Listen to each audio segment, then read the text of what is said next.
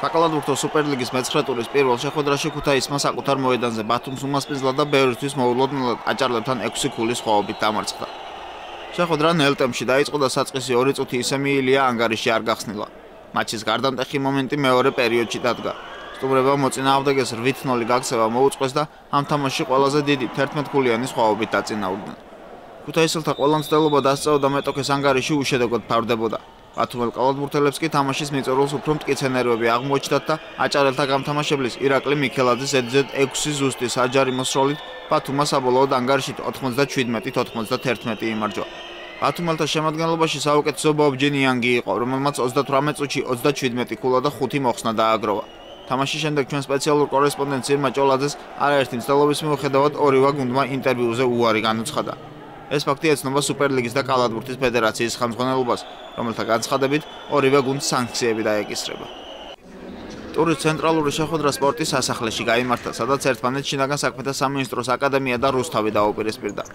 სატურნირო ცხრილიდან გამომდინარე საინტერესო ორთაბრძოლა იყო მოსალოდნელი, როგორც მატჩის მკვლელობამ გვიჩვენა, პროგნოზები არ გამართლა.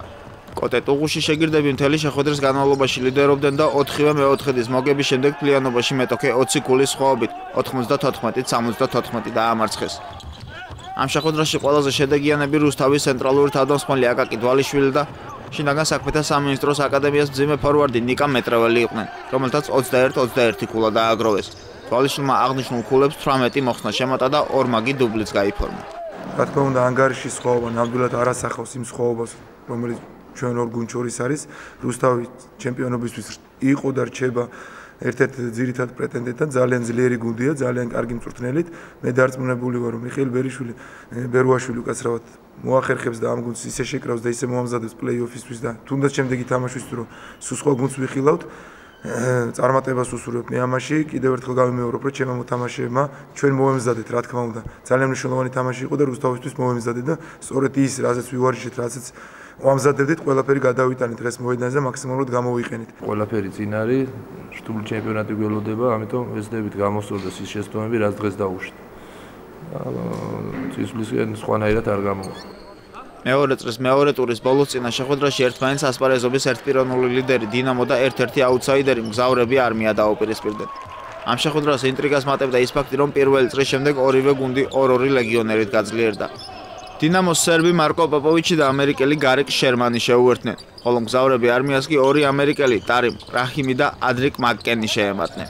როგორც მოსალოდნელი იყო შეხვედრა ქვეყნის მოქმედი ჩემპიონისა და მიმდინარე ტურნირის ერთპიროვნული ლიდერის დინამოს უპირატესობით დაიწყო. შეხვედრაში გარდამტეხი აღმოჩნდა მესამე მეოთხედი, რომელიც დინამოელებმა 15 ქულის სხვაობით 23-8 მოიგეს. მატჩის საბოლოო ანგარიში კი 79-55-ია დინამოს სასარგებლოდ. ამ გამარჯვებით დინამომ ლიდერობა შეინარჩუნა და მეორე ადგილზე მყოფ შინაგან საქმეთა სამინისტროს აკადემიას 1 ქულით უსწრებს. ამ შეხვედრაში ყველაზე კარგი შედეგი შერმანმა აჩვენა, რომელმაც 23 ქულით და 14 მოხსნით ორმაგი დუბლი შეასრულა.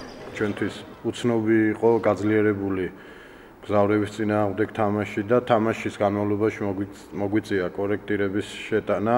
კერძოდ ის, რომ შესვენების შემდეგ მოთამაშეებს მოთხოვ უფრო აგრესიულ დაცვაზე გადავსულიყავით, რომელსაც ჩვენ ვამუშავებთ.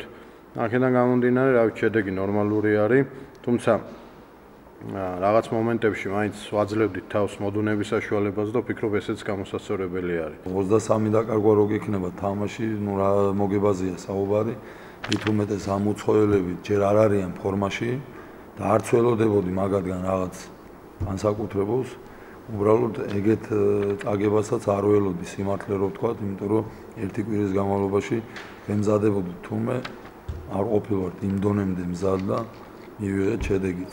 ტურის ბოლო შეხვედრაში, რომელიც სპორტ კომპლექს არენაში გაიმართა, ოლიმპის სოხუმს შეხვდა და 5 ქულიანი სხვაობით 87-82 დაამარცხა.